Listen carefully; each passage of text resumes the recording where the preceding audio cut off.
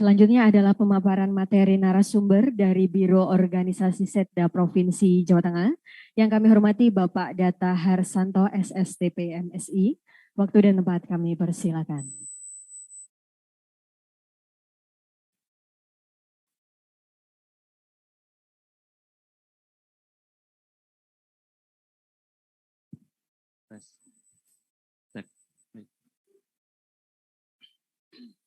Baik, terima kasih Bapak Ibu.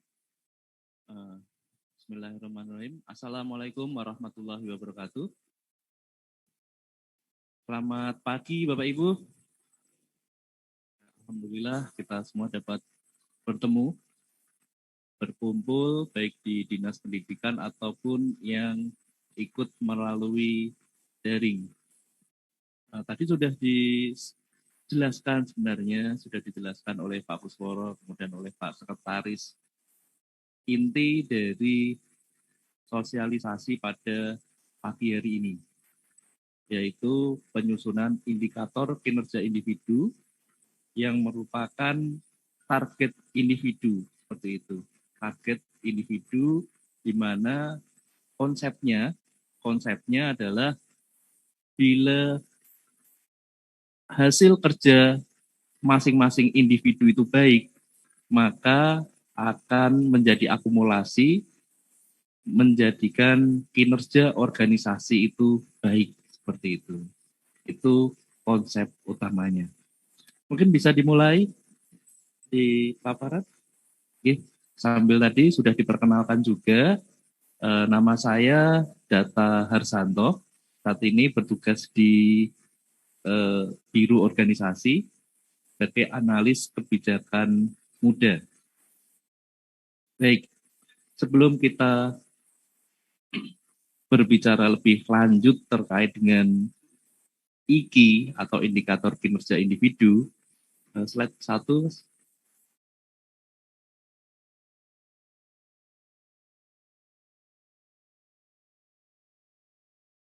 Ya, slide selanjutnya. Baik, mungkin saya akan lebih menerangkan lebih dahulu terkait dengan konsep kinerja individu. Konsep kinerja individu tadi sudah dijelaskan bahwa dimulai dari atas atau dari puncak. Kalau di sini berarti ada IKU Dinas Pendidikan, ada pimpinan, ada Kepala Dinas Pendidikan, itu pimpinannya. Kemudian Kepala Dinas Pendidikan membagi habis pekerjaan ke seluruh staf atau top down. Pekerjaannya dibagi habis. Ada yang dibagi ke induk, di kabit-kabit, ada masuk sekretaris, ada juga yang ke cabang dinas, sampai nanti ke setiap wilayah ada sekolah, ada juga ke pelaksana terbawah. Tetapi semua yang dikerjakan oleh individu-individu itu sebenarnya merupakan pekerjaan atau target yang dimiliki oleh dinas pendidikan. Ada indikator kinerja utama dinas pendidikan. Indikator kinerja utama dinas pendidikan ada berapa, Pak? Ada 3 ya. Ada 3. Nah, itu semua harus dilaksanakan oleh seluruh ASN di Dinas Pendidikan. Kemudian, selain membagi habis, bawahan juga harus melaksanakan tugas sesuai ekspektasi atasan. Saat ini, untuk indikator kinerja individu ini, selain tadi, bagi habis, berarti kalau bagi habis sesuai dengan dokumen perencanaan ya, Bapak Ibu ya, sesuai dengan dokumen perencanaan, pembuatan IKI itu nanti harus juga berdasarkan sesuai dengan ekspektasi atasan. Jadi tidak hanya kita melihat, oh dokumen perencanaannya seperti ini, atau bahasanya cascading-nya seperti ini. Kewenangannya yang atas seperti ini, didelegasikan ke saya seperti ini, kemudian sudah selesai. Tidak hanya seperti itu. Tetapi IKI ini juga harus nanti memperhatikan ekspektasi pimpinan atau atasan. Sehingga nanti konsep dari kinerja individu, bahwa ketika kinerja bawahan buruk, itu bisa dikatakan kinerja atasan juga akan buruk. Atau kinerja atasan baik, berarti kinerja atasan juga akan baik. Sehingga konsep saat ini memang diperankan atau lebih ditonjolkan untuk peran pimpinan. Jadi di sini indikator kinerja individu ini sebenarnya bukan tanggung jawab staf, bukan tanggung jawab staf belaka.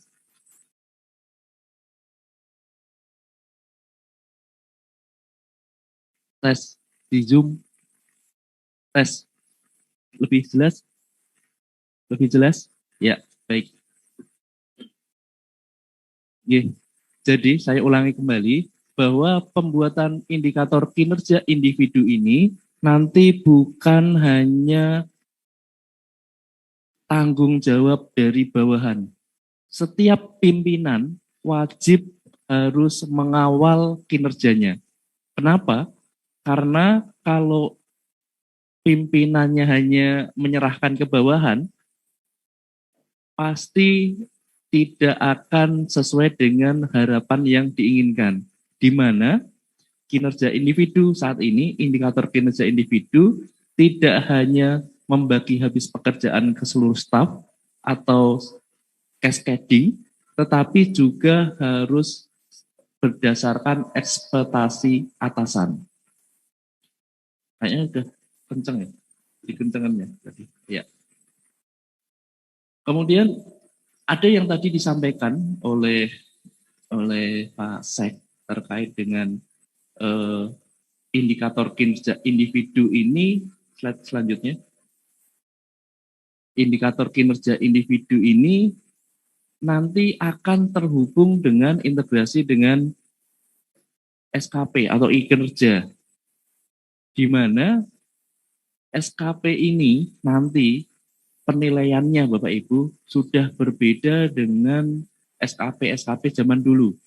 Di sini SKP saat ini kita dipaksa untuk tidak bisa memberikan nilai itu sama rata. Ada surat edaran Menpan yang terbaru nomor 3 tahun 2023 terkait dengan penilaian SKP, di mana penilaian SKP itu harus melihat kinerja organisasi terlebih dahulu. Kinerja organisasi itu terdiri dari 5 tingkatan. Ada tingkatan yang pertama itu istimewa, baik, cukup, kurang, sangat kurang. Ketika kita bekerja biasa-biasa saja, hanya sesuai target, itu berarti tingkatan organisasi nanti, target organisasi yang biasa sesuai target, itu akan berada di tingkat baik. Tingkat baik. Di mana tingkat baik itu untuk penilaian SKP-nya maksimal 70%, itu yang hanya bisa mendapat nilai SKP individu baik. Kemudian 30% sisanya dapat nilai apa? Mendapat nilai bisa ada yang sangat baik, ataupun cukup, dan harus ada yang nilai kurang. Jadi di sini nanti pimpinan akan dipaksa. Maka tadi di awal saya menyampaikan, nanti Bapak Ibu bisa menyampaikan juga ke pejabat penilai kinerjanya masing-masing untuk bisa mengawal SKP, tidak hanya menyerahkan ke bawahan, tapi memang benar-benar harus mengawal SKP, apakah sudah sesuai dengan cascading dan ekspektasi pimpinan. Karena nanti di akhir itu dipaksa untuk menilai. Dan tidak bisa menilai flat. Tetapi nanti sudah seperti kurva normal seperti itu ya Bapak Ibu. Sudah seperti kurva normal. Di mana 70% itu kalau yang baik itu bisa baik, yang 30%-nya harus tersebar ke kurva bisa tinggi, bisa di bawah, dikurang. Sehingga di sini penyusunan atau penetapan indikator kinerja individu ini sangat berpengaruh. Sehingga ketika nanti di akhir akan ada penilaian, pimpinan tidak merasa bingung, bahkan ini aku harus memberikan nilai yang sangat istimewa kepada siapa, yang kurang kepada siapa, yang baik-baik, yang biasa-biasa kepada siapa, itu sudah tidak ada lagi kebingungan. Sehingga di sini yang tadi konsep indikator kinerja individu, pengertiannya ini adalah yang sesuai dengan di slide ya, tingkat pencapaian atau hasil kerja seseorang dari sasaran yang harus dicapai atau tugas yang harus dilaksanakan dalam kurun waktu tertentu yang bisa menghubungkan kinerja organisasi dengan kinerja individu, kemudian terintegrasi dengan SKP dan menjadi dasar penilaian kinerja. Selain itu juga, ini kan di sini secara gampangnya adalah menghubungkan ya antara organisasi dengan individu. Akan tapi perlu diperhatikan juga, individu ini tidak sama Bapak Ibu di organisasi. Individu ini tidak setara. Individu di organisasi memiliki tingkat atau level pekerjaan yang berbeda-beda juga. Misalnya ya, ini organisasi tadi sudah disampaikan ada Rensva, ada Renja, ada IKU, itu organisasi. Kemudian individunya apa? Individunya ke bawah ada tingkatan kabit, kan seperti itu. Kemudian ke bawah lagi ada tingkatan, mungkin kalau di dinas pendidikan ada Cabdin ya, ada kepala Cabdin ya, seperti itu. Kemudian di bawah Cabdin ada Kasih, di bawah Kasih ada kepala sekolah ya, kepala sekolah ikut Kasih di Cabdin, betul? Iya, ada kepala sekolah. Kepala sekolah di bawahnya lagi ada wakil kepala sekolah, betul ya? Ada wakil kepala sekolah, ada guru, seperti itu. Jadi di sini individu juga harus diperhatikan level jabatannya. Kalau sekarang sini, misalnya di induk ada juga subkoor seperti itu. Subkoor, subkoordinator. Itu harus diperhatikan. Harus diperhatikan sasarannya. Di sini kan seorang tingkat pencapaian atau hasil kerja seorang dari sasaran yang harus dicapai.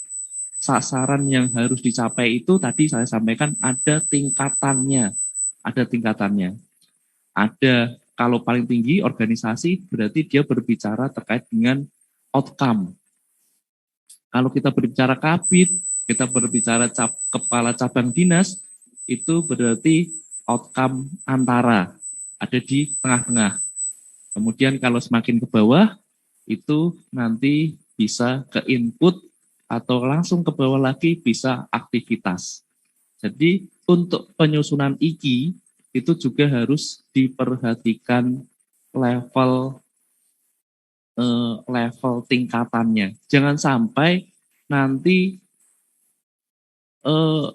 masing-masing individu levelnya dia masih pelaksana, tetapi tanggung jawabnya sudah melaksanakan kegiatan, seperti itu. Jangan sampai. Kalau pelaksana biasanya pengolah data atau analis itu berarti masih membuat draft lah, misalnya seperti itu. Nanti akan ada juga contoh, saya berikan contoh kata-kata untuk tingkatan level masing-masing jabatan. Ada seperti itu. Itu nanti diperhatikan. Kemudian selanjutnya, ya ini menekankan saja, mengingatkan saja Bapak Ibu sebagai guidance awal. Guidance awal pembuatan indikator kinerja individu nanti bisa melihat terkait dengan cascading perencanaan. Itu sebagai awal cascading perencanaan.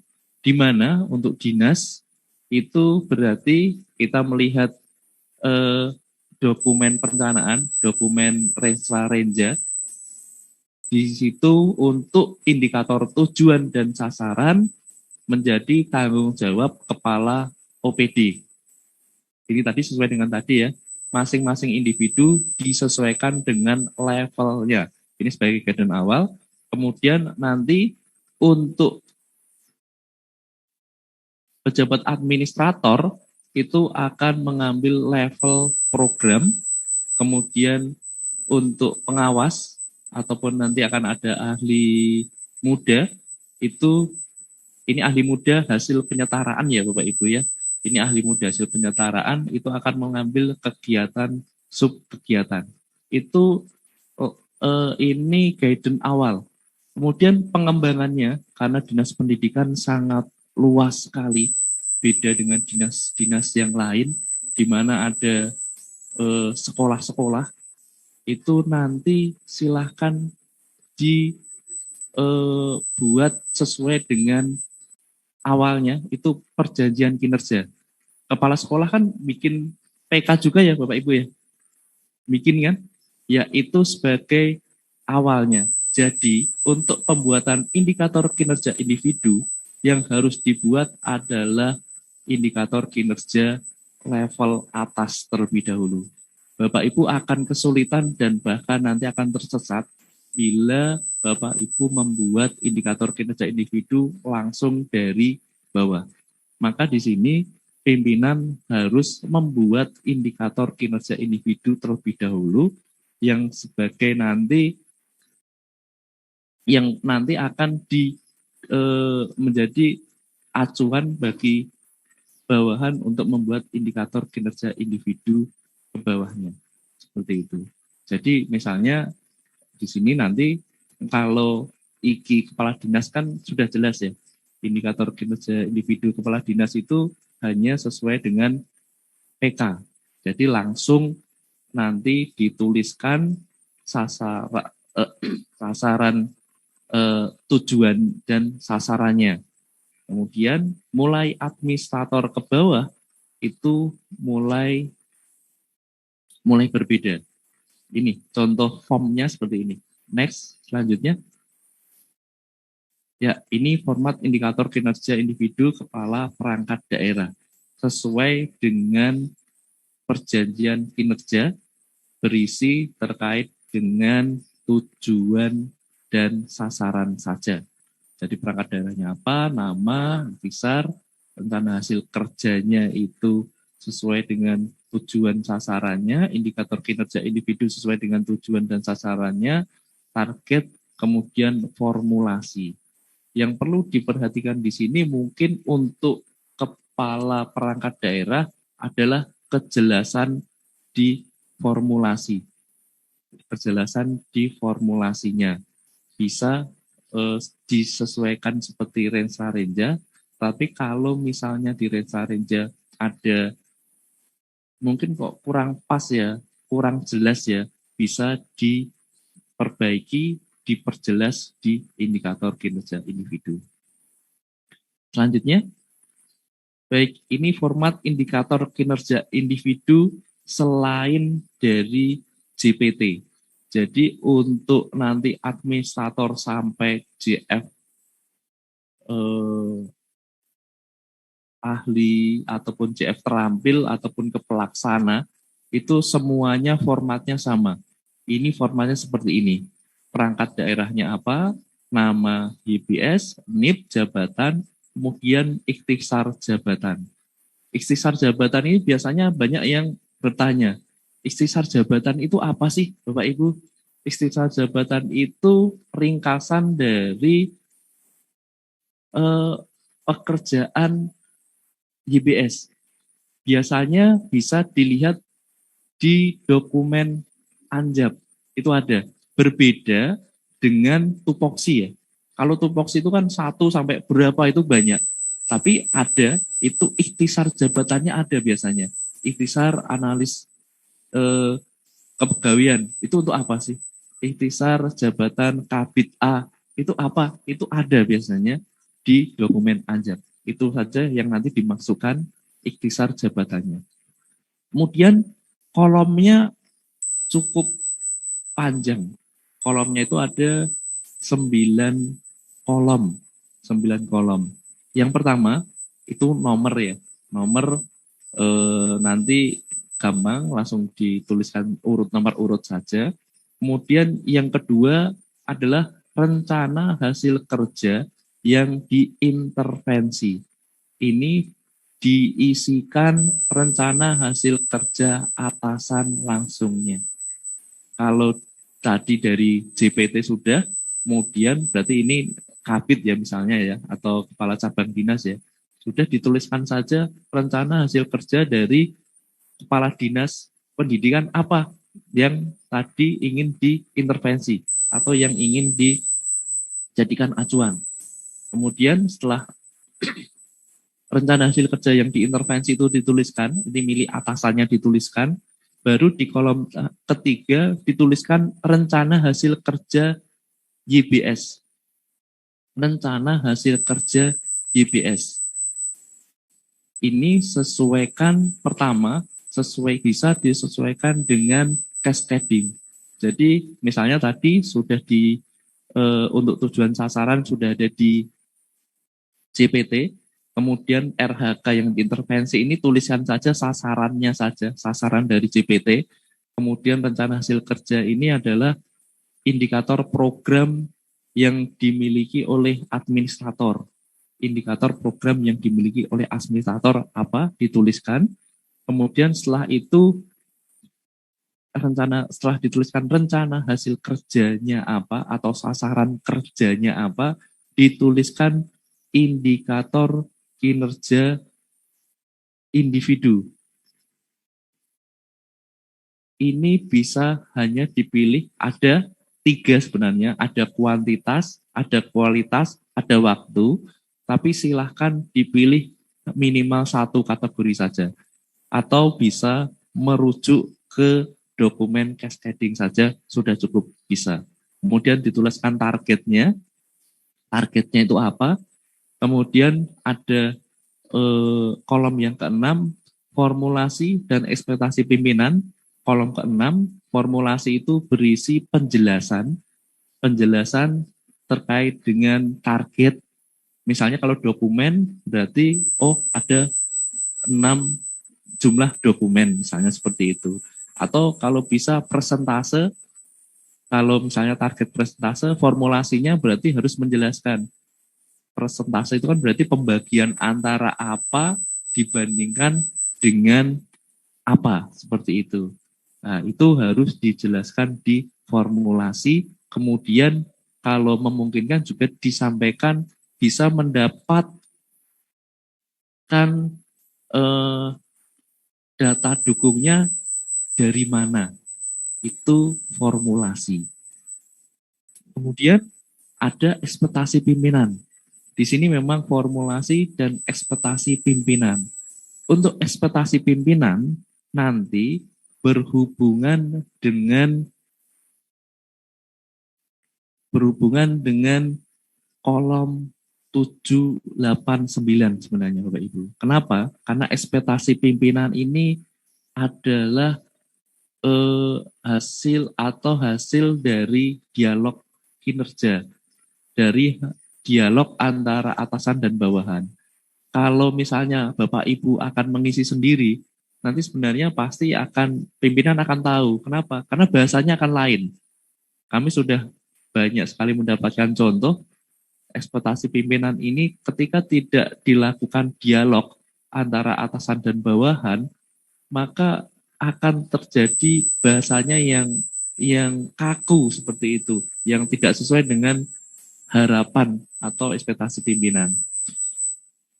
Ekspektasi pimpinan itu didapat dari mana? Ekspektasi pimpinan pada prinsipnya Bapak Ibu, lebih sederhananya adalah cara pimpinan untuk mengefektifkan atau untuk memberi masukan dari rencana hasil kerja yang sudah direncanakan oleh YBS, baik melihat indikator kinerja, formulasi, ataupun nanti melihat rencana aksi. Jadi untuk mengisi ekspektasi pimpinan ini, nanti harusnya Bapak Ibu berkonsultasi dengan pimpinan setelah Bapak Ibu mengisi semuanya. Diisi dulu RHK yang diintervensi, diisi rencana hasil kerjanya apa, indikator kinerja individunya apa, targetnya apa, kemudian diisi juga target triwulanan diisi, dan rencana aksinya. Di sini untuk kolom 789 itu memang adalah target triwulanan. Target triwulanan ini berbeda dengan target yang awal ya Bapak Ibu ya. Kalau yang awal itu kan target akhir, target tahunan. Untuk target triwulanan ini tidak harus merujuk ke target target target awal atau yang di kolom 5. Contohnya seperti ini. Kalau yang bisa sesuai itu misalnya pendapatan ya. Di Dinas Pendidikan ada yang unit yang targetnya PAD ada nggak ya Pak ya? Ada ya, yang sewa-sewa itu kan ada kan, ya kan? Kalau yang sewa-sewa gedung misalnya satu tahun 200 juta, berarti langsung saja dibagi kan bisa. Triwulan pertama 50 juta, triwulan kedua 50 juta, triwulan ketiga 50 juta, triwulan keempat 50 juta. Selesai. Kalau memang itu uang, kan seperti itu. Tapi ada juga target yang tidak bisa dibagi seperti itu. Misalnya ada target pembuatan laporan laporan tahunan misalnya ya, laporan tahunan. Laporan tahunan itu kan hanya bisa dilakukan misalnya di akhir tahun. Kemudian akan ada pertanyaan, TW1, TW2, TW3 berarti kosong ya Pak? Nanti kan targetnya kan ada di TW4. Nah, bukan begitu juga Bapak Ibu. Jadi untuk pengisian rencana aksi target triwulanan bisa dikatakan bahwa memang target tahunannya misalnya satu laporan seperti itu. Itu ada di TW4. Tapi kegiatannya kan sudah dimulai dari TW1 ya. Dimulai mungkin kalau di contoh SE kami dari tahap identifikasi, kemudian tahap telaahan, kemudian ada tahap pelaksanaan kegiatan, sampai nanti di akhir tahun baru ada laporan. Kan seperti itu. Jadi tidak harus misalnya ada yang kemarin konsultasi ke biro organisasi, mereka ngeyel, saya ada kegiatan sosialisasi di triwulan 2. Berarti triwulan 3 sama triwulan 4 saya, rencana aksi saya kosong ya Pak. Kan seperti itu. Kami coba jelaskan, masih ngeyel. Masih ngeyel dengan, loh kan sosialisasi saya kan habis di triwulan 2. Kok saya masih ada kegiatan di triwulan 3 atau triwulan 4 seperti itu. Akhirnya kami dengan bahasa sederhananya lebih mengarahkannya seperti ini. Coba kami lihat RKO Bapak Ibu yang sudah disusun. RKO-nya seperti apa? Ternyata RKO yang sudah disusun itu di triwulan 1 juga masih ada progres kegiatan, triwulan 2 juga masih, triwulan 3 juga masih ada progres, sampai ke triwulan 4 masih ada progresnya. Jadi kan ketika misalnya hanya sosialisasi satu di triwulan kedua, ternyata masih ada progres-progres, masih ada kegiatan-kegiatan yang mengiringi seperti itu. Misalnya triwulan 1 dia baru ada persiapan, triwulan 2 memang ada sosialisasinya, triwulan 3 kami lihat kegiatannya, ternyata masih ada monefnya, masih ada konsultasi, masih ada kegiatan-kegiatan yang lain. Berarti kan itu bukan selesai di triwulan 2. Maksud kami seperti itu. Jadi untuk rencana aksi sesuai dengan triwulan itu dituliskan sesuai dengan aktivitas yang dilakukan. Kemudian disesuaikan dengan tingkatan level jabatan. Misalnya kalau Capdin ya, mengadakan sosialisasi terkait dengan apa seperti itu di triwulan kedua. Jadi tanggung jawabnya kepala cabang dinas adalah penyelenggaraan, kan seperti itu. Penyelenggaraan kualitas mutunya, kan seperti itu. Kemudian kalau kasihnya berarti terkait dengan dia pelaksanaannya, kan seperti itu. Jadi, sudah dilaksanakan berarti kasihnya udah bebas. Terkait dengan mutu kualitasnya, berarti itu tanggung jawab dari Capdinnya. Kemudian di pelaksana bawahnya apa? Menyediakan konsep, misalnya konsep telaahan surat, menyediakan konsep analisis permasalahan atau apa kan seperti itu. Jadi satu kegiatan itu bisa dibagi sesuai dengan level jabatannya. Itu mungkin untuk penjelasan terkait dengan format indikator kinerja individu seperti itu. Ini formatnya, silakan nanti ini sudah di share juga ya Pak materinya. Materinya sudah di share juga ya? Belum. Silakan di share saja. Di Zoom sudah. Oke. Jadi mungkin untuk efektivitas waktu mungkin ini akan saya jelaskan sedikit lagi, kurang 4-5 slide.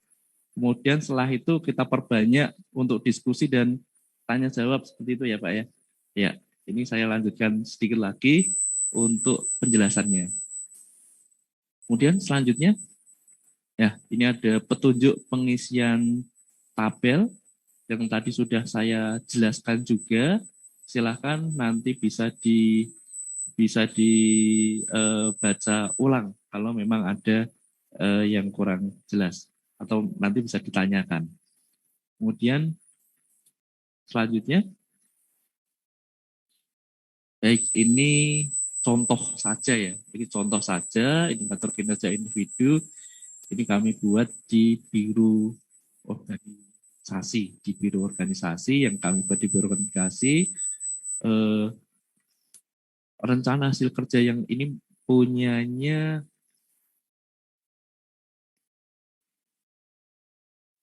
kepala biro kalau nggak salah. Iya, ini punya kepala biro. Kepala biro.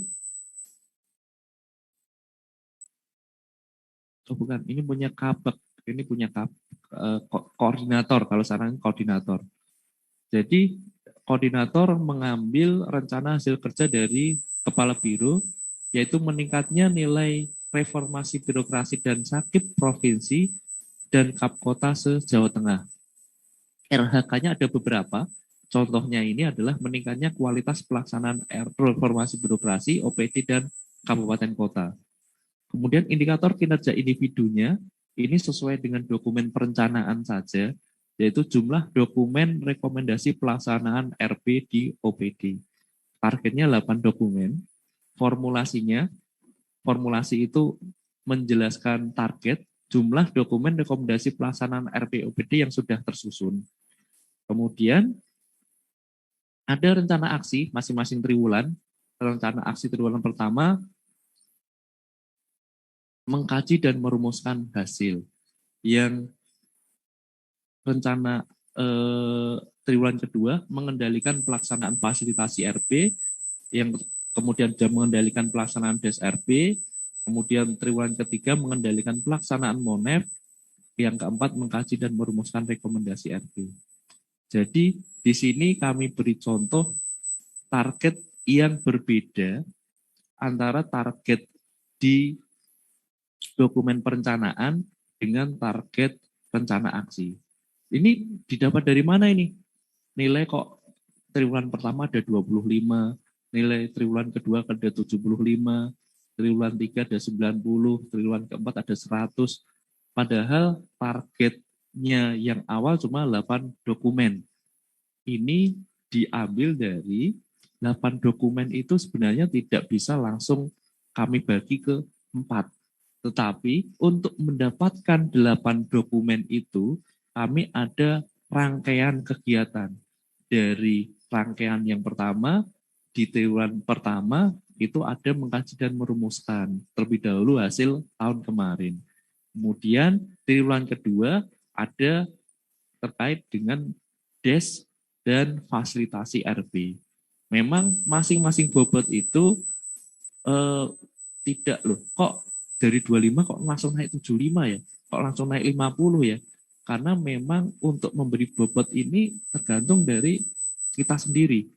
Karena untuk RB misalnya ya, reformasi birokrasi, itu memang momen puncaknya ada di bulan-bulan Mei, Juni. Ada momen penilaian itu di situ.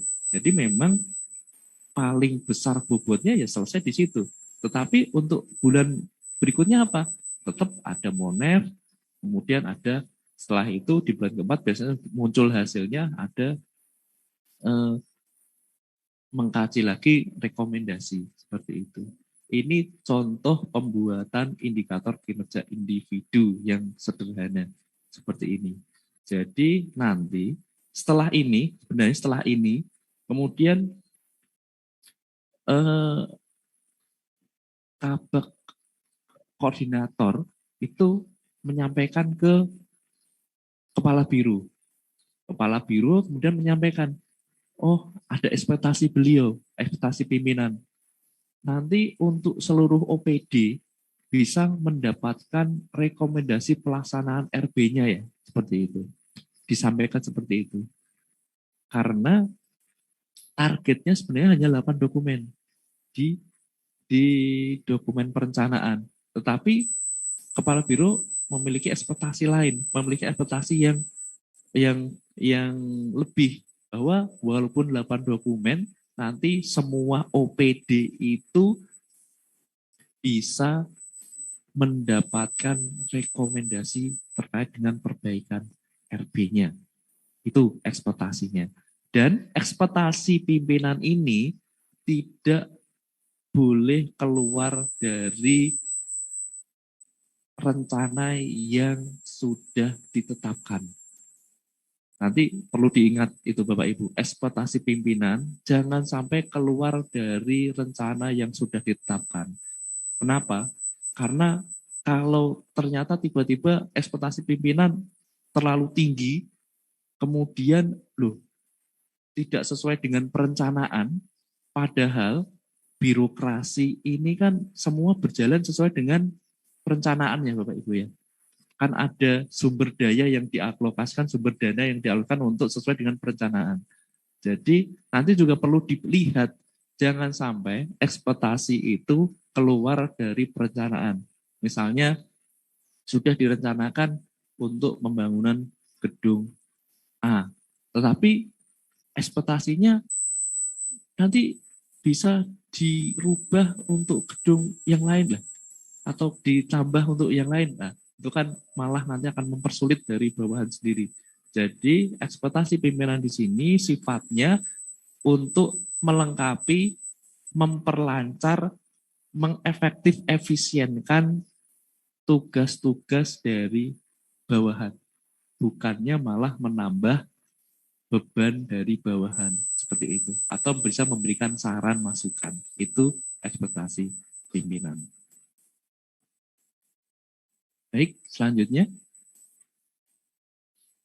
Baik, indikator kinerja individu ini nanti Bapak Ibu setelah dibuat, bukan nanti ya, harusnya ini sudah berjalan ya, karena sudah hampir 1 bulan kami mengeluarkan surat edarannya, itu ditetapkan oleh kepala perangkat daerah pada awal tahun sebagai dasar penyusunan sasaran kinerja pegawai. Kembali ke slide atasnya tadi, saya lupa. Ya, ini contoh indikator kinerja individu Bapak Ibu tadi sudah dijelaskan, naik lagi ke atas. Lagi, satu lagi. Ya, di bawah ini Bapak Ibu tadi format indikator kinerja individu itu ada tanda tangan 2 orang. Perlu diperhatikan, nanti ada tanda tangan 2 orang. Yang pertama, yang kanan itu adalah tanda tangan pembuat indikator kinerja individu. Kemudian Yang di sebelah kiri itu adalah tanda tangan pejabat penilai kinerjanya. Sehingga konsepnya, Bapak Ibu, konsepnya adalah pimpinan itu tahu apa yang dikerjakan oleh bawahannya. Jadi kalau dulu kan sering salah-salahan ya Bapak Ibu ya. Ketika anak buah tidak bekerja, anak buahnya dengan gampangnya, lah memang saya nggak dapat pekerjaan dari pimpinan kok, saya nggak diperintah kok. Kan seperti itu. Ketika eh, ada pekerjaan yang jelek, pimpinannya juga salah-salahan ke bawahan. Udah tak suruh kerja, nggak dikerjakan kok, kan seperti itu.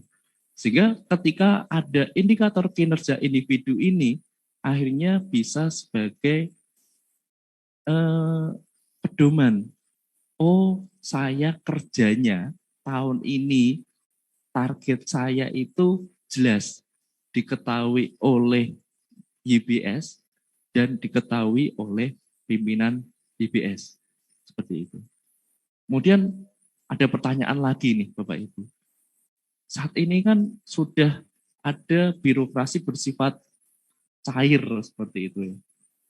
Bisa ke sana, bisa ke sini, bisa bantu sana, bisa bantu sini.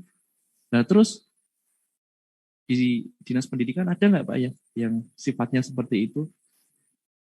Jadi dia di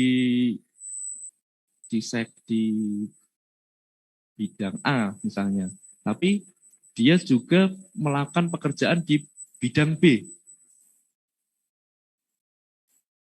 Ada yang bilang banyak, ada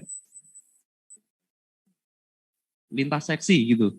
Lintas seksi atau misalnya di bawah itu ada guru itu dia juga bisa atau atau pengawas mungkin misalnya dia juga melaksanakan pekerjaan di seksi lain. Ada yang bisa seperti itu? Ada ya Bapak Ibu ya. Lah, itu juga perlu nanti dimasukkan di indikator kinerja individu. Pertanyaan adalah, loh, rencana hasil kerja yang diintervensi punya siapa? Kan bukan punyanya atasannya ya. Kan bukan punya atasannya kan. Itu silakan nanti diisi, tetapi dijelaskan. Itu pilih pejabat yang mana. Itu milik pejabat yang mana. Sehingga ketika nanti akan dinilai, ini kan nanti disampaikan ke atasan langsungnya. Ketika atasan langsungnya melihat, oh ternyata kamu juga mengerjakan punya bidang yang lain ya, kan seperti itu. Dan itu disetujui oleh atasan langsung, ketika akan dinilai, atasan langsung nanti harus bertanya kepada pemilik kinerja yang diintervensi oleh bawahannya itu, bertanya ke lain bidang misalnya atau lain seksi terkait dengan pekerjaannya untuk memberikan penilaian sehingga konsep apa yang dikerjakan oleh bawahan itu diketahui oleh pimpinan benar-benar bisa dilaksanakan. Karena saat ini cukup banyak yang seperti itu ya, cukup banyak yang di awal dia di bidang A tapi diminta tolong untuk bidang lainnya atau tugas yang lainnya seperti itu. Itu yang sifatnya tetap. Misalnya yang gampang tempat saya mungkin terkait dengan pengadaan-pengadaan gitu mungkin ada ya Pak ya. Yang sifatnya dia membantu sementara tapi tidak langsung ke eh, ke bidang YPS. Itu mungkin salah satu contoh juga yang bisa saya share. Kemudian masuk ke slide bawahnya tadi Pak. Stop. Ini tadi iki yang sudah ditandatangani oleh Bapak, Ibu, dan pimpinan nanti itu akan ditetapkan oleh Kepala Perangkat Daerah pada awal tahun. Kami awal tahun karena sebenarnya harusnya Januari ya Bapak Ibu ya, tapi kami baru bergerak Februari sehingga di bulan Februari ini akhir sebagai dasar nanti penyusunan sasaran kinerja pegawai. Di SKP itu kan ada dua ya. Yang satu hasil kerja, yang kedua perilaku kerja.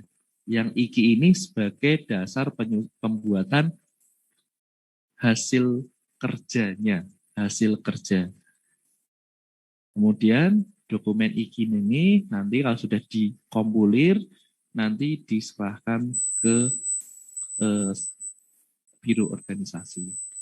Kami juga sudah mengeluarkan surat edaran penyusunan indikator kinerja individu. Ya mungkin nanti bisa di-share juga, minta tolong Pak. Yang tadi saya, oh ya sudah di-share sejak lama, silahkan bisa dilihat kembali. Seperti itu. Kemudian terakhir selanjutnya sebelum kita diskusi lebih banyak, ini timeline cukup waktunya mungkin masih tinggal 1 mingguan lagi. Silakan Bapak Ibu mulai yang belum bisa segera membuat. Dari mana? Dari pimpinannya ya Bapak Ibu ya. Kalau bikin nanti dari bawah, saya yakin pasti akan kebingungan. Dan banyak yang membuat dari bawah itu, akhirnya indikator kinerja individunya ketinggian. Kenapa ketinggian? Karena tidak disesuaikan dengan level jabatannya. Tadi kan sudah disampaikan, IKI ini juga harus melihat level jabatannya. Seperti itu. Sehingga monggo kalau yang sudah membuat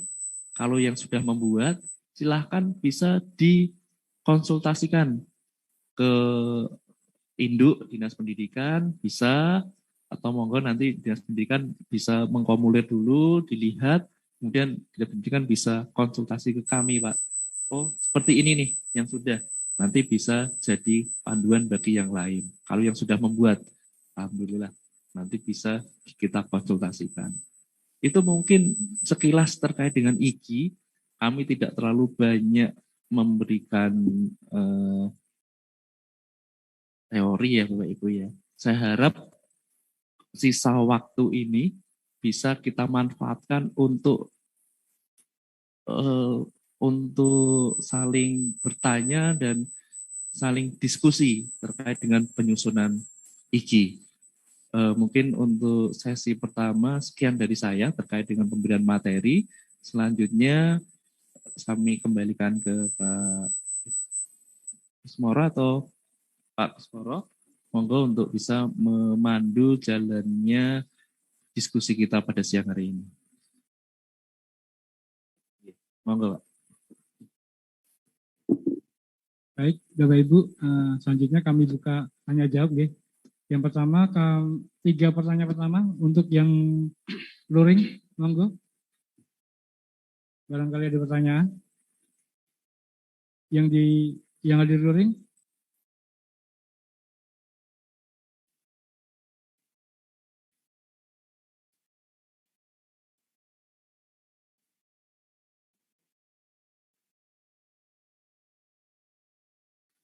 Mbak Pipin, sebelah kanan. SMA.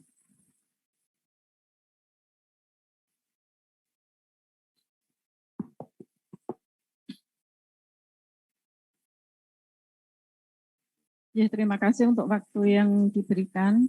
Kami hanya memohon penegasan dari mungkin yang berwenang ya. Tahapan-tahapan apa atau format-format apa yang segera harus dibuat seperti itu. Jadi kita sudah ada perencanaan ya, nanti mungkin format yang tadi disampaikan yang indikator kinerja individu ya. Tadi salah satunya. Jadi nanti kami mohon penegasan aja format mana saja yang harus segera dibuat. Terima kasih.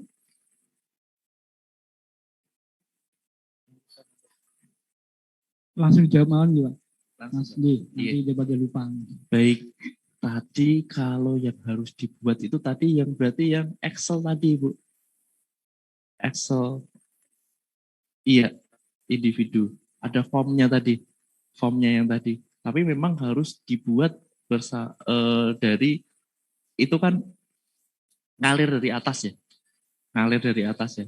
Ngalir dari atas berarti nanti harus dibuat dari atas dulu, kemudian atas sudah jadi, baru nanti bisa diambil untuk RHK yang diintervensi tadi.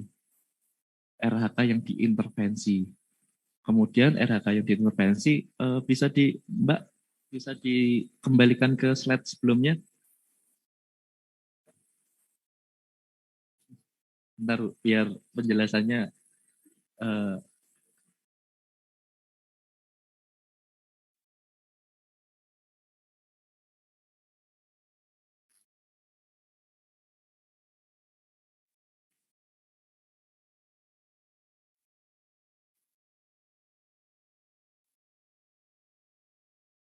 sebelumnya aja ya terus. Ya ini yang harus dibuat. Sudah ada gambaran untuk membuat IKI sesuai dengan format ini? Bapak Ibu yang ada yang luring dulu ada? Gimana Bu? Sudah? Ibu, kalau boleh tahu jabatannya, Ibu di mana? Staf bidang. Berarti harus dibuat IKI, kabit, dan IKI, ada kasihnya ada subkor. Kasihnya memang nggak ada. Subkor juga nggak ada. Berarti langsung ninduk ke kabitnya ya. Kabitnya. Seperti itu. Pembagian kabitnya. Kan tadi di sini salah satu peran pembuatan IKI ini adalah peran pimpinan, Bu. Peran pimpinan. Jadi pimpinan harus membuat, kemudian pimpinan mendelegasikan. Oh, kamu tak kasih kegiatan ini, kamu tak kasih kegiatan ini, kamu tak kasih kegiatan ini, seperti itu. Atau kalau memang susah dibuat seperti itu, dibuat dulu aja keseluruhan, kumpul bareng, apa sih yang menjadi cascading di pembinaan SMA, misalnya di bidang pembinaan SMA itu ada apa saja, kemudian dilihat cascadingnya itu indikator kegiatan sama sub kegiatannya apa saja, kemudian dilihat indikator sub kegiatannya itu ini lah, itu yang nanti mungkin perlu di breakdown lagi seperti itu.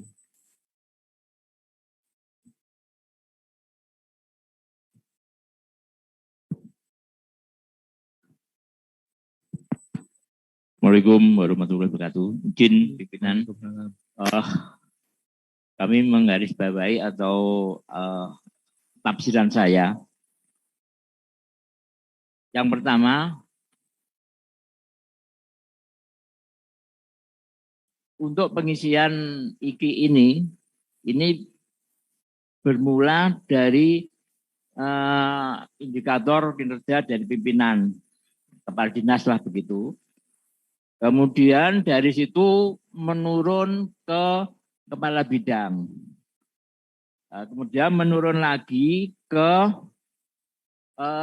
seksi. Kalau ada seksi, ya seksi. Kalau ya subkoordinator. Begitu nggih? Itu. Nah, kemudian yang kedua, untuk menentukan IKI di kepala dinas sampai yang ke bawah, itu berdasarkan cascading kepala dinas lah begitu.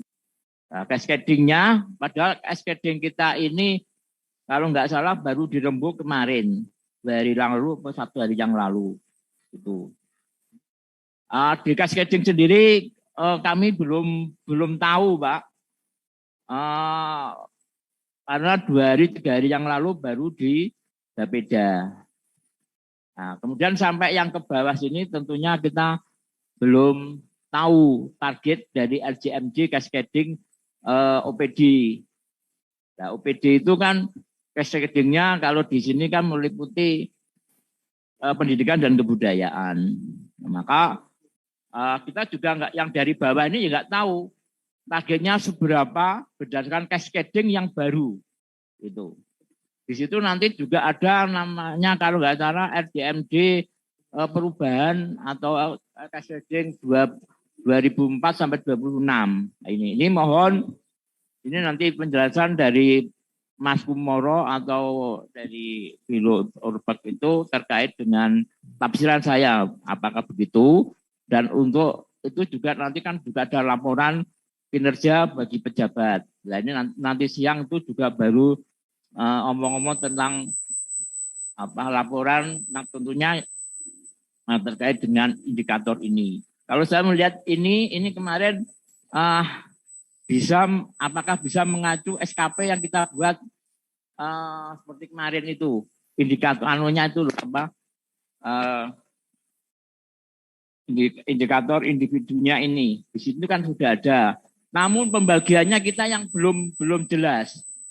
Ya, misalnya target dari bidang sekian, nanti sekian saya pembagiannya belum jelas. Apakah itu disamaratakan ke, misalnya di seksi itu ada 6 orang, dibagi 6 orang itu belum jelas. Mengaten nuwun sewu, mohon bantuannya. Terima kasih. Assalamualaikum warahmatullahi wabarakatuh. Waalaikumsalam warahmatullahi wabarakatuh.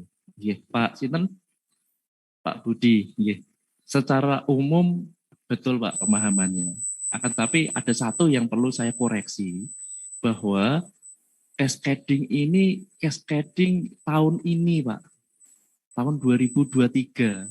Dan pasti cascading 2023 saat mau nonton kan dasarnya kan Renja yang disusun tahun kemarin kan sudah ada DPA 2023 juga.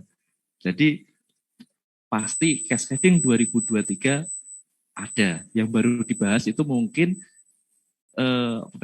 Rensra 2024 2018 itu ya, yang baru itu ya, yang 17 itu yang baru.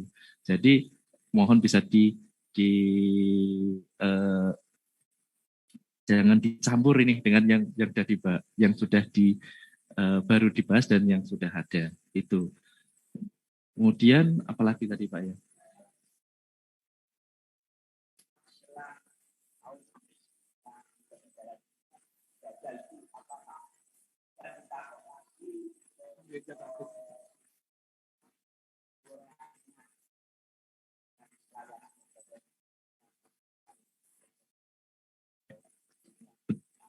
Gini Pak, ini memang perbaikan dari SKP yang kita buat seperti itu.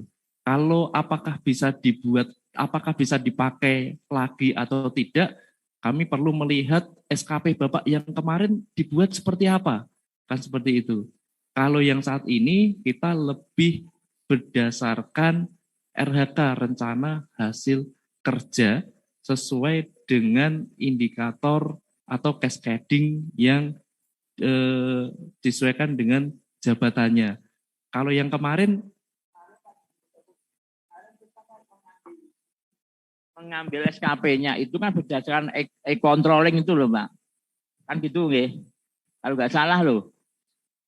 Saya hanya mengikuti misalnya bidang ini sekian, kemudian kita mengambil e-controlling sehingga semua kegiatannya kita individu atau organisasi itu larinya di kinerja organisasi, ambilnya controlling itu kemudian baru masuk.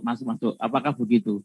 Terima kasih. Oke. Untuk lebih jelasnya mungkin Bapak bisa mengambil SKP Bapak biar saya lihatnya gitu Pak ya, sehingga kita nggak terlalu banyak debat di sini apakah bisa atau tidak, karena bisa saja bisa. Karena sudah kalau e-controlling itu kan berarti sudah mengacu ke cascading. Tetapi apakah levelnya sudah tepat, itu kami kan belum tentu belum bisa memastikan yang itu Pak. Karena IKI ini tadi yang saya sampaikan selain harus melihat cascading, tadi mungkin kalau bahasa Bapak e-controlling tadi, juga harus dilihat tingkatan level jabatannya.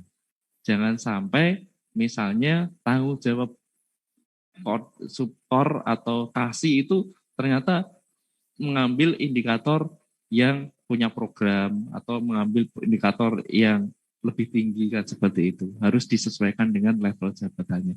Monggo, mungkin bisa diperlihatkan ke saya untuk nanti kita lihat apakah bisa atau tidaknya. Baik, monggo. Ada lagi? Mbak Anggi, dari Capim 1. Ya Mas Data, mohon izin bertanya.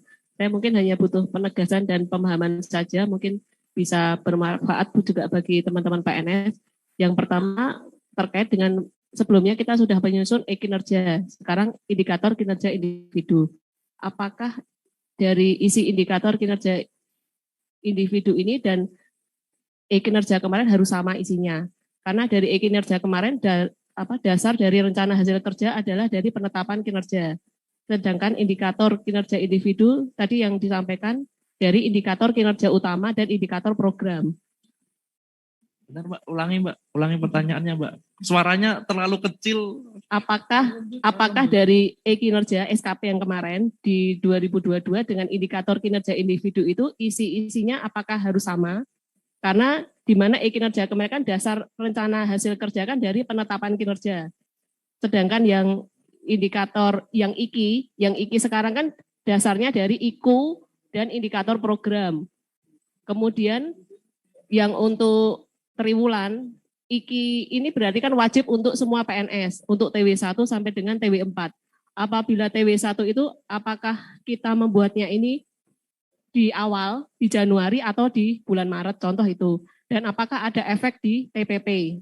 Karena kan kalau tidak ada punishment dari pemberian TPP, mungkin PNS juga tidak disiplin dalam membuat IKI.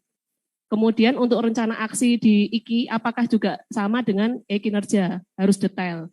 Karena di e-kinerja kan kita rencana aksinya harus detail ya Mas ya. Jadi intinya apakah IKI ini untuk isinya Mas, apakah bisa disamakan dengan e-kinerja? Karena sampai sekarang IKU dan indikator program kita juga belum dapat Mas Kumoro. Ya, makanya kita untuk menyusun IKI belum ada dasarnya, Mas. Oh. Belum dapat itu karena belum ditandatangani. Baru proses mungkin ya? Iya, memang berproses. Tapi tapi kan sebenarnya secara cascading, secara perencanaan itu kan sudah ada ya. Kalau untuk PK Kepala OPD, kalau menunggu tanda tangan PK Kepala OPD, itu sudah kami formulir dan saat ini menunggu tanda tangan Pak Gub. Jadi kalau nunggu itu memang kami sendiri juga tidak bisa memastikan akan turun kapan. Tapi sebenarnya itu bisa sebagai acuan untuk pembuatan PK-PK di bawahnya. Kemudian tadi ada pertanyaan, apakah beda IKI ini dengan kinerja ya? Gitu ya, intinya kan itu. Sebenarnya IKI ini nanti memang akan dipakai di kinerja. Kemarin kami juga sudah berkomunikasi dengan BKD bahwa untuk memperbaiki proses pembuatan atau pengisian kinerja ini, maka diperlukan pembuatan atau penerapan IKI terlebih dahulu. Sehingga proses penyusunan SKP di Pemprov Jateng tahun 2022 itu tidak terulang di 2023, di mana pimpinan tidak tahu dari awal apa yang harus dikerjakan oleh anak buah. Tiba-tiba pimpinan disuruh nilai di akhir. Nih Pak, nilai. Loh, kok tiba-tiba nilai ya? Akhirnya dibuatlah nilai yang jempol-jempol semua kan. Nah, seperti itu. Sehingga konsep itu jangan sampai terulang di Pemprov Jateng tahun 2023.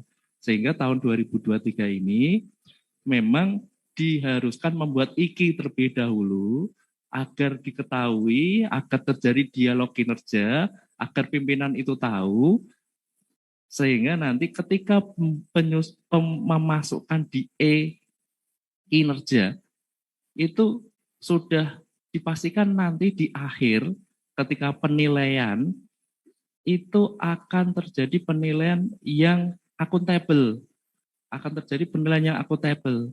Kemudian tadi hubungannya apakah akan berpengaruh terhadap TPP-nya saat ini, monggo nanti kalau Bapak Ibu kurang yakin, Bapak Ibu bisa mendownload, dicari SE Menpan nomor 3 tahun 2023, di mana saat ini untuk pemberian penilaian SKP individu itu dibatasi, Bapak Ibu.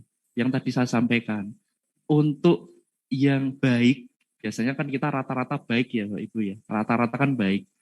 Yang baik itu maksimal 70% itu bisa mendapat nilai baik. Yang 30% gimana? 30% harus terdistribusi dan harus ada nilai kurang di situ. Harus ada nilai kurang. Kalau saya sebagai pimpinan gampang saja, kalau yang nggak bikin tak bikin aja nilai kurang kan, misalnya seperti itu nanti. Dan itu pasti akan berpengaruh di TPP karena dasar pemberian TPP di Pemprov Jateng yang pertama itu adalah nilai SKP, yang kedua kehadiran, 3 disiplin kalau nggak salah. Lebih ada yang lain-lainnya tapi lebih banyaknya berbicara terkait dengan itu. TPP, kehadiran, disiplin. 3 itu yang menjadi tonggak utama TPP di Jateng. Dan ke depan kalau sudah diperintah oleh pusat terkait dengan penilaian SKP saja, ini penilaian SKP ya. Padahal SKP itu dasar pemberian TPP di Jateng dan itu sudah diatur bahwa nggak bisa lagi seperti tahun-tahun kemarin. Semuanya 100% dapat nilai baik. Nggak bisa lagi. Kecuali OPD itu mendapatkan predikat organisasi istimewa. Kinerja organisasi istimewa. Istimewa itu apa? Di atas target. Sekarang berapa persen sih organisasi itu yang di atas target? Rata-rata ya biasanya 95 sampai 100 lah. Biasanya ya Pak ya. Kalau di atas target itu kan berarti harus 100% ke atas. Nah, inilah yang mendasari pentingnya penyusunan indikator kinerja individu, sehingga ketika nanti pada akhirnya akan ada penilaian, kemudian tidak, pimpinan nggak bisa lagi dia main mata ya, kasih semuanya sama, harus ada yang tinggi, harus ada yang rendah, dia harus yang dipilih yang rendah, itu kan bisa bergening kita bahwa Pak, saya sudah melakukan kegiatan seperti ini, hasilnya pun nyata, di situ ada rencana aksinya juga, bukti-bukti kegiatannya nyata, masa yang bisa memberikan bukti-bukti seperti itu diberi nilai kurang, kan kebangetan seperti itu. Itu pertanyaan yang kedua. Kemudian tadi pembuatan rencana aksi itu memang karena ini adalah dasar pembuatan kinerja, maka semakin detail semakin baik, kan seperti itu. Semakin detail semakin baik untuk pembuatan rencana aksi. Dan kenapa ini TW-nya kok tidak dibuat 2 bulanan, tidak dibuat 4 bulanan atau 5 bulanan seperti itu, tapi TW1 triwulan 3 bulanan, karena ini memang sudah disesuaikan dengan kebutuhan pengisian nanti di kinerja. Jadi ketika ini sudah dibuat, nanti masukkan di kinerja, itu sudah gampang. Cuma tinggal nanti berjalannya waktu, tinggal dicarikan bukti dukungnya, kan seperti itu. Yang penting dasarnya, standarnya itu sudah ada. Sudah sepakat nih antara atasan dan bawahan, sudah sepakat. Standar saya kerja seperti ini ya, seperti itu. Oh, kamu kerja ini, standarnya seperti ini. Saya bekerja seperti ini dengan target ini, kemudian nanti rencana aksi tiap triwulannya saya harus melampirkan di bukti dukung apa saja. Itu mungkin Mbak Angki. Mbak Angki kayak udah tahu tapi ngetes Pak saya Pak. Ini biasanya kayak gitu Pak. Dari dulu saya itu kayak Jadi gitu. ingat tadi yang SKP, selama ini kan kita membuat SKP bulanan Mas. Nah ini dengan adanya kinerja dan IKI udah nggak perlu lagi Mas SKP bulanan. Kalau SKP bulanan nanti bukan saya Mbak ya, saya sekarang pindah ke Setda Mbak. Oh, Ya, bukan ya, mungkin berarti Mbak Angki masih ingatnya saya di BKD. Udah ya, udah Oh, tahu. enggak. Nanti ditanyakan sama teman BKD teman langsung BKD. tadi ya. Oh Iya. iya, matur suwun. Iya. Mas. Baik, nambah satu lagi nih Pak Kia tadi. Bagi tanya monggo. Pak Kia dari BPCK Dikbud. Bismillahirrahmanirrahim. Assalamualaikum warahmatullahi wabarakatuh. Selamat siang dan salam sejahtera untuk kita semua. Yang kami hormati Bapak narasumber dan Bapak moderator.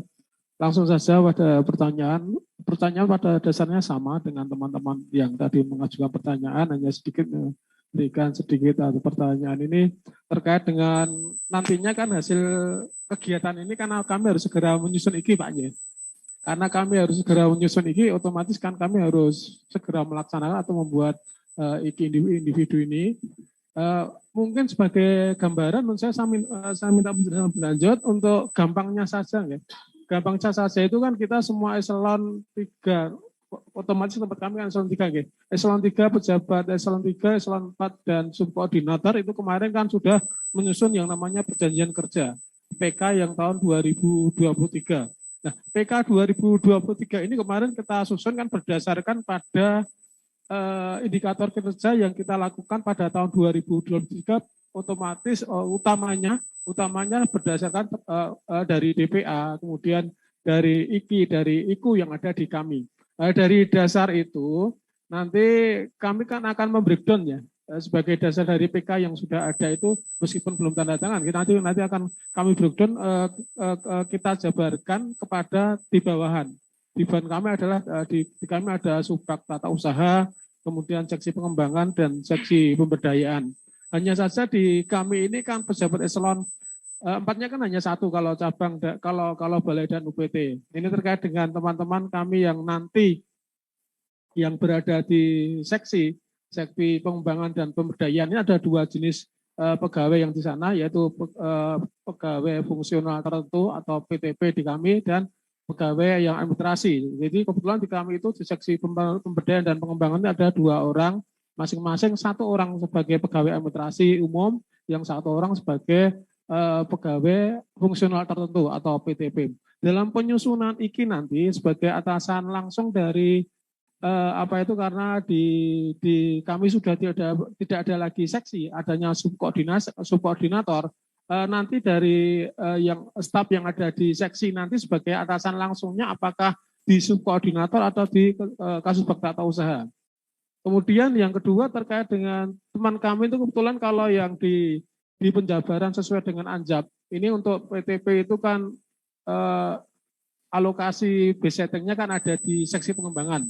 Tapi dalam kenyataannya itu kan dipisah menjadi 2. Seksi pengembangan 1 orang, kemudian seksi pemberdayaan 1 orang. Nanti bagaimana untuk teman kami yang 1 ini yang secara base setting itu menduduki atau sebagai PTP di seksi pengembangan, tapi kenyataannya dia bekerja di seksi pemberdayaan. Nanti terkait dengan ekspektasi pimpinan yang dipengaruhi atau nanti yang diharapkan nanti apakah mengarah langsung kepada subkoordinator atau langsung kepada kepala balai, karena secara seluruh organisasi pejabat fungsional itu ada di bawah langsung dari kepala balai.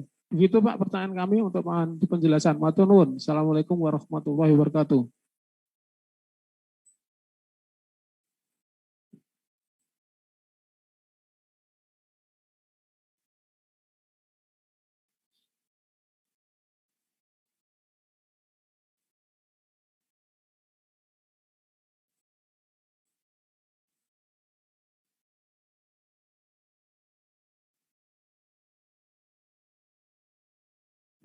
Ini balai apa Pak?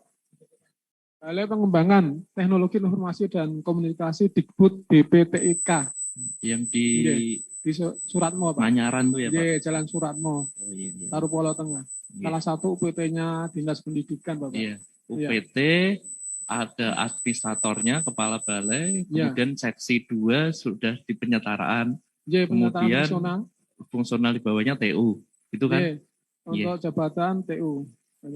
Makanya di awal tahun kemarin, Pak, begitu ada keluar kebijakan terkait dengan TPP di Pemprov Jateng, di mana TPP untuk yang penyetaraan itu masih sebesar pejabat struktural, Pak ya, struktural yang lama.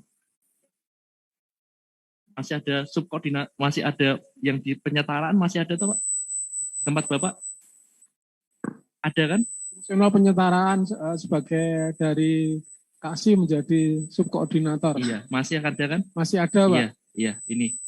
Setelah di Seda, setelah keluarnya kebijakan pemberian TPP, akhirnya kami mengeluarkan surat edaran bahwa subkoordinator itu membuat PK, Pak. Membuat perjanjian kinerja. Itu sebagai apa? Sebagai dasar bahwa subkoordinator itu masih memegang dia paling tidak indikator kegiatan dan subkegiatan. Seperti itu. Kemudian tadi yang ditanyakan lagi, ini pejabat penilai kinerjanya siapa ya?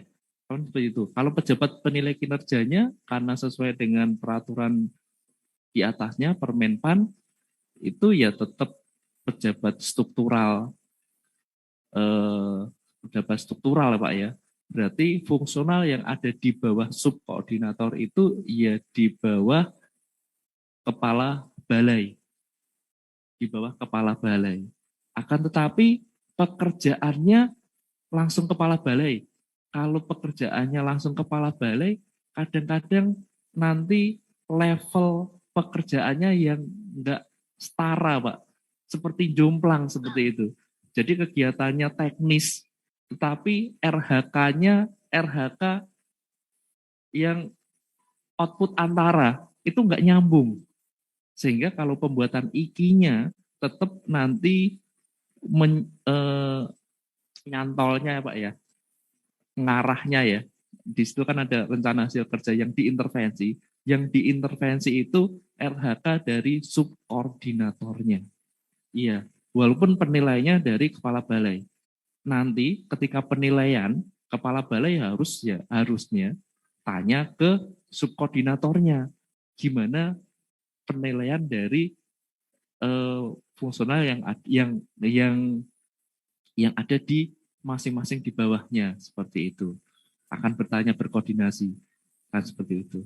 Karena yang menilai kepala balai, tetapi dia untuk rencana hasil kerja yang diintervensi itu transit dulu gitu Pak ya. Transit dulu ke subkoordinator. Kemudian pertanyaan ketiga tadi, di situ kan ada 2 kotak ya, gampangnya ada 2 kotak. Kemudian dia di bawah kotak A misalnya, tetapi dia melaksanakan kerjaan kotak B. Gimana ini? Yang tadi saya sampaikan, ditulis saja, tetap ditulis di bawahnya yang tadi bahwa rencana hasil kerja yang diintervensi tadi sesuai dengan kotak B. Tetapi itu nanti ketika penilaian, kepala balai juga harus bertanya, yang penilaian kotak A itu dari subkoordinatornya gimana, yang B nanti gimana, digabungkan, kan seperti itu. Nah, ini tapi kami harap di indikator kinerja individu itu benar-benar lengkap. Jangan loh, kamu kan di kotak A, berarti kamu jangan ngambil nggak bisa dong intervensi yang di kotak B, nggak seperti itu. Tetap bisa, akan tetapi dikasih keterangan rencana hasil kerja yang diintervensi itu jelas. Oh, mengambil dari indikator siapa, sehingga ketika nanti penilaian akhir itu jelas harus mendapat rekomendasi nilai dari siapanya. Itu mungkin Pak. Oke, selanjutnya kita buka tanya jawab untuk yang daring. Monggo bisa resen.